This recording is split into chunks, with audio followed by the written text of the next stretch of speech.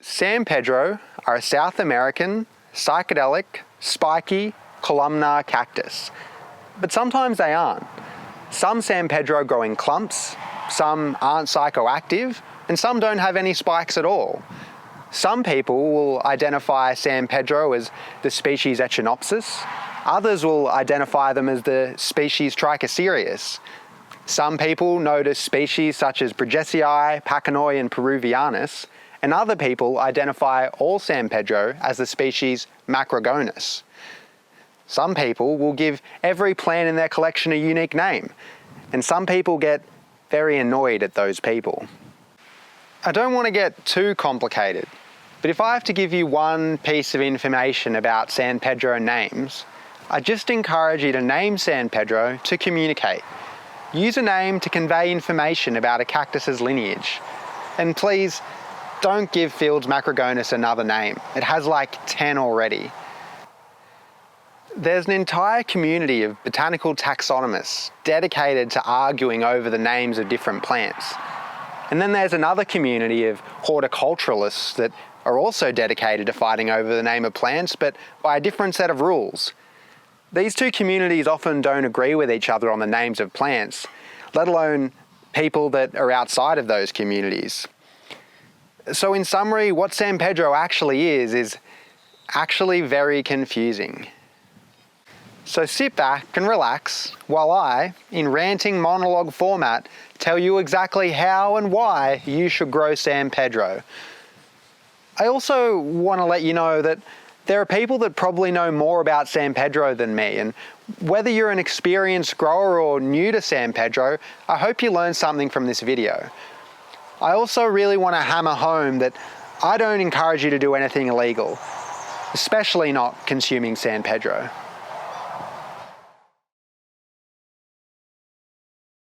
There are lots of different traits that people look for in San Pedro. I can tell you some of these common features, but my list won't be able to cover everything. Maybe you can think of some special qualities of these plants I've missed.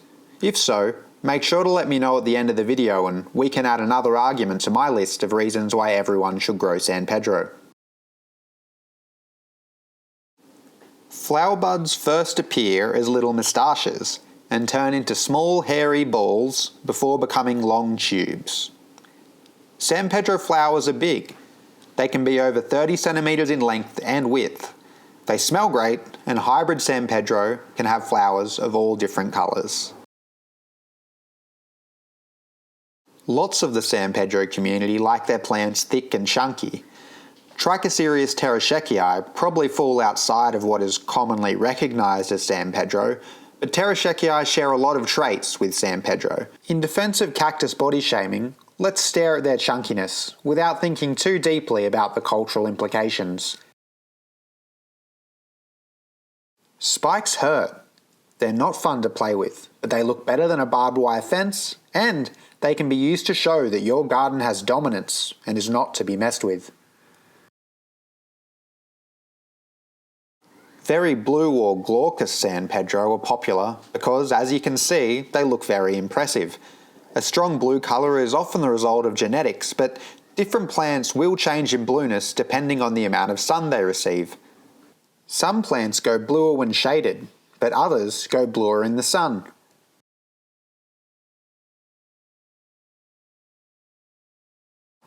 I've heard of some people, but not many, breeding San Pedro with a focus on the tastiness of their fruits.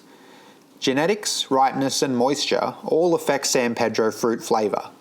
In my experience, fruit tastes the best after it has been cracked open, dried very slightly, and then stored in the fridge. I was recently introduced to a San Pedro with coconut flavoured fruits. There's a lot of variability in the potency of San Pedro, and potency can be affected by a whole range of factors like when a plant is cut and where the plant is grown. There appears to be some similarity in the potency of clones. Reports suggest Trichocereus Bridgesii have consistently higher mescaline concentrations than other species. Again, I am not encouraging anyone to consume this species. That would be illegal. It's cool that genetic anomalies are appreciated within San Pedro and other plants. Unlike with people, unusual qualities are often seen as more desirable than biotypical cacti. San Pedro weirdness can be very expensive though.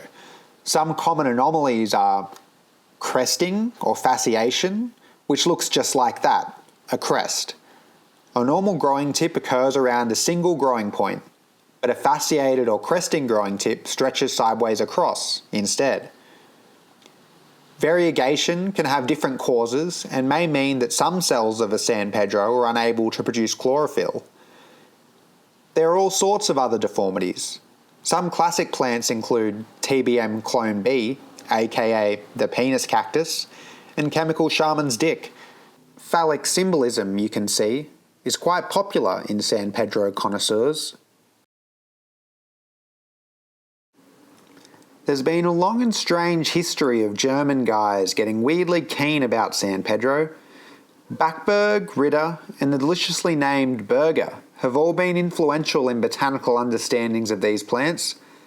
I swear there must have been some cactus trend amongst European Australians in the early to mid-1900s, because so many renowned Australian San Pedro seem to have arrived around this time.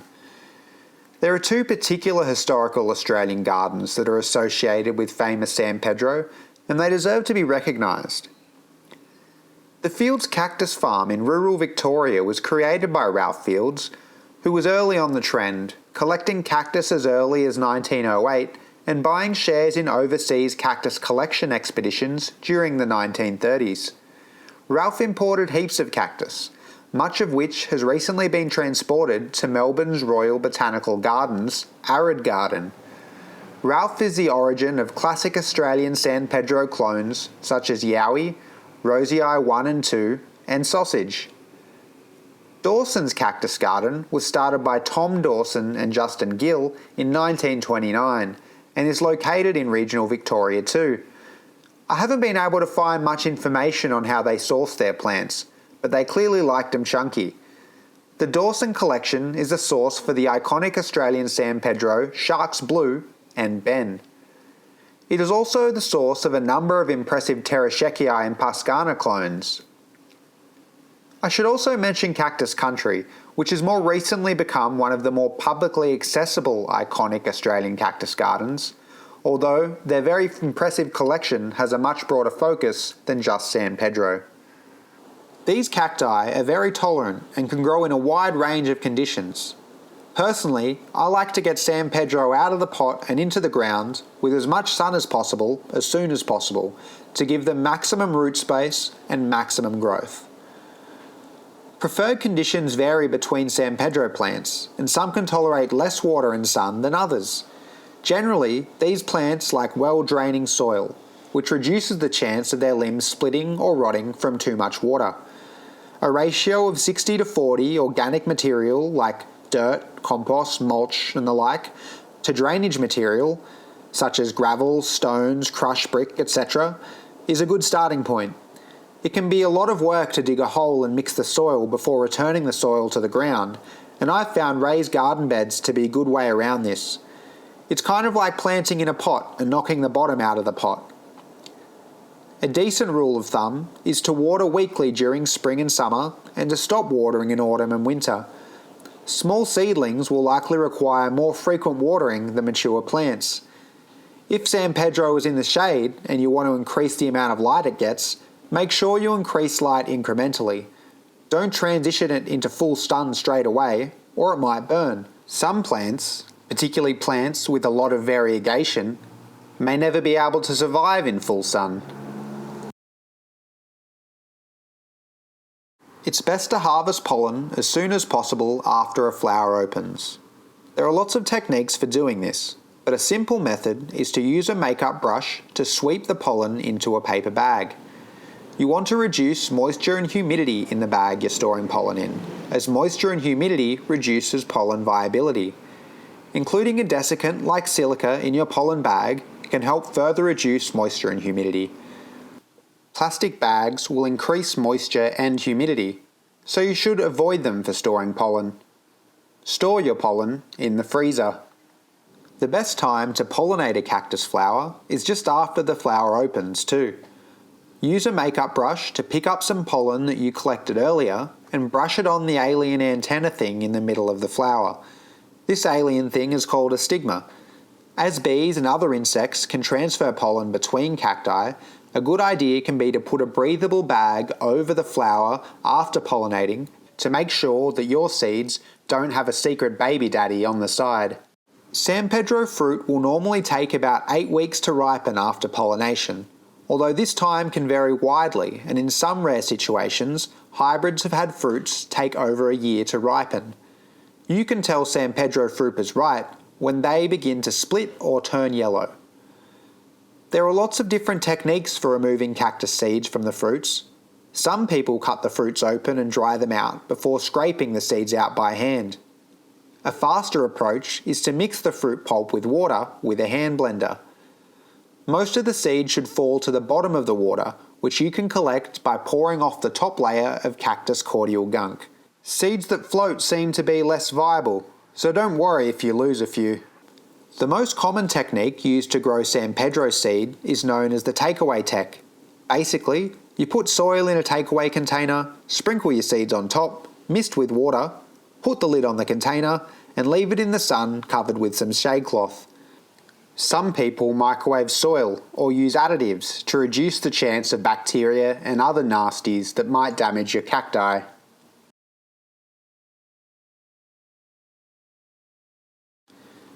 Grafting involves sticking one plant on top of another plant, like Frankenstein or something. People can graft for a bunch of different reasons. Because it looks cool, because it can speed up flowering, because the plant won't survive on its own roots. But most people graft to increase the rate a plant grows at.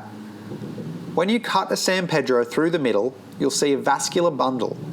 This bundle transports water and nutrients in the San Pedro. Unless the cactus has a crested or monstrose form, these vascular bundles will probably appear as a circle. To graft, you cut the top off your bottom plant, your stock, and the bottom off your top plant, the scion. Press the vascular bundles of the two cactus together so they intersect, and add pressure. You then leave your graft with pressure applied for a week or two to let the wounds heal and the vascular bundles fuse together. If your stock cactus produces pups, you'll normally cut these off to ensure energy isn't diverted away from the scion. People improve their graft success rates by reducing sunlight, temporarily increasing humidity, particularly for small seedlings, distributing pressure evenly, using a sterile blade for cutting, and choosing particular types of stock depending on the growing conditions or type and size of the scion.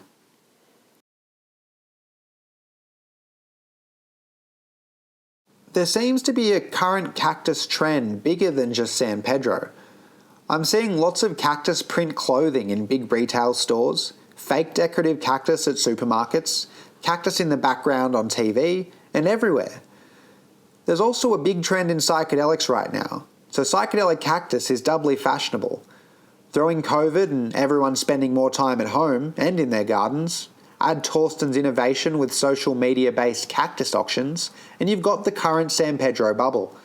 Cactus prices seem to be increasing at an unsustainable rate.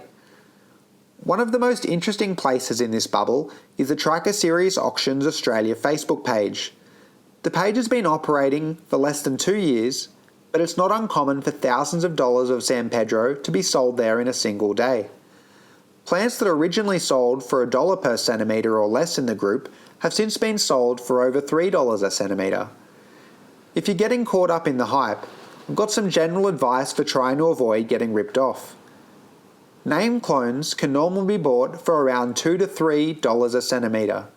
Use social media pictures to track down growers and contact them directly. The cost of a San Pedro increases hugely when there's only one distributor and or limited amounts of a specific clone. That's supply and demand.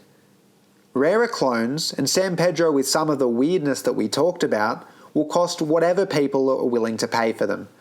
Auctions work by people competitively bidding against each other, and if there are a number of competitors, price can go up significantly. growers may participate in auctions to drive up the perceived value of their own collections. To collect rare and weird cactus on a budget, I suggest you both graft and grow from seed. I find it much more rewarding developing my collection by growing, trading, and upgrading my plants than by buying expensive plants. Not only do I learn more this way, at this point, I don't even think I could afford to buy cuttings of all the plants in my collection through the auction group. To summarise, you should grow San Pedro because they have awesome flowers. They get chunky and challenge social and ethnobotanical norms. Their spines can be used as weapons. They have delicious fruits. They have beautiful blue sunscreen. Don't grow San Pedro because it contains mescaline, especially not Bridgesii because it contains more mescaline. Maybe, but probably not, you'll become a cactus billionaire, and people will think that you're fashionable. Depending on where we are, how many we are, how we grow, there could be some pretty serious problems if we really did all grow as much San Pedro as we possibly can. This kind of does happen with some people in the cactus community already. 1,000 seeds fits easily in your pocket. You could probably get over 1 million in there, actually. But within a pretty short amount of time, 1,000 seeds will turn into 1,000 cactus and take over your garden and anywhere in your house that has light, and then you realise that you need a farm if you want to keep them all. There seems to be a growing number of people in this position, which I imagine is increasing the fragility of the San Pedro economic bubble. But what if we all buy farms, like true cactus colonisers, and pursue our authoritarian San Pedro dystopia, where all citizens must pledge allegiance to the tall green spiky ones? I won't pretend to know the answer to these questions. I just know it's complicated, especially when San Pedro isn't a threatened species and isn't native to Australia. The prickly pear is a strong example of how invasive cactus can be in this country. Prickly pear can quickly take over the entire landscape, and to make matters worse, they have tiny spines called glochids, which absolutely suck when you get them in your skin, let alone in your eye. In schools in Queensland, students are taught about the wonder of Cactoblastis, a moth that decimates prickly pear populations. There's literally a monument to these moths in Dalby. Despite Cactoblastis having a great name that evokes images of a super soaker made from San Pedro filled with San Pedro juice, and despite Cactoblastis providing some counter to the spread of prickly pear, the introduction of both these species have still resulted in irreversible changes to the Australian environment. I think the real message here is that caring for environments is a bit more complicated than growing seeds and plants uncritically, and even then, we mightn't realise the consequences of our cultivation until it's too late. I think one of the biggest barriers to us becoming more ethical gardeners is a lack of organisation and planning. We need to collaborate to learn what we should plant, where we should plant it, and when our gardening practices need to change. I hope that the future of ethnobotany can use the internet, community, science, and communication with our psychoactive environment to help us do that. And not to direct your attention too far from San Pedro, but for cactus people who are concerned with these types of problems, I'd like to draw attention to Lophophora williamsii, aka peyote, which is a special cactus that needs our help more than San Pedro.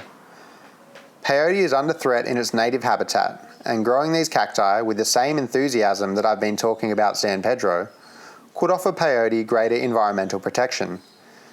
This is still complicated as it requires ethically sourcing genetically distinct seed and many other complicated factors that do require us to get more organised, but it gives me some hope that we can indulge our magical cacti growing obsession without accidentally colonising the world around us.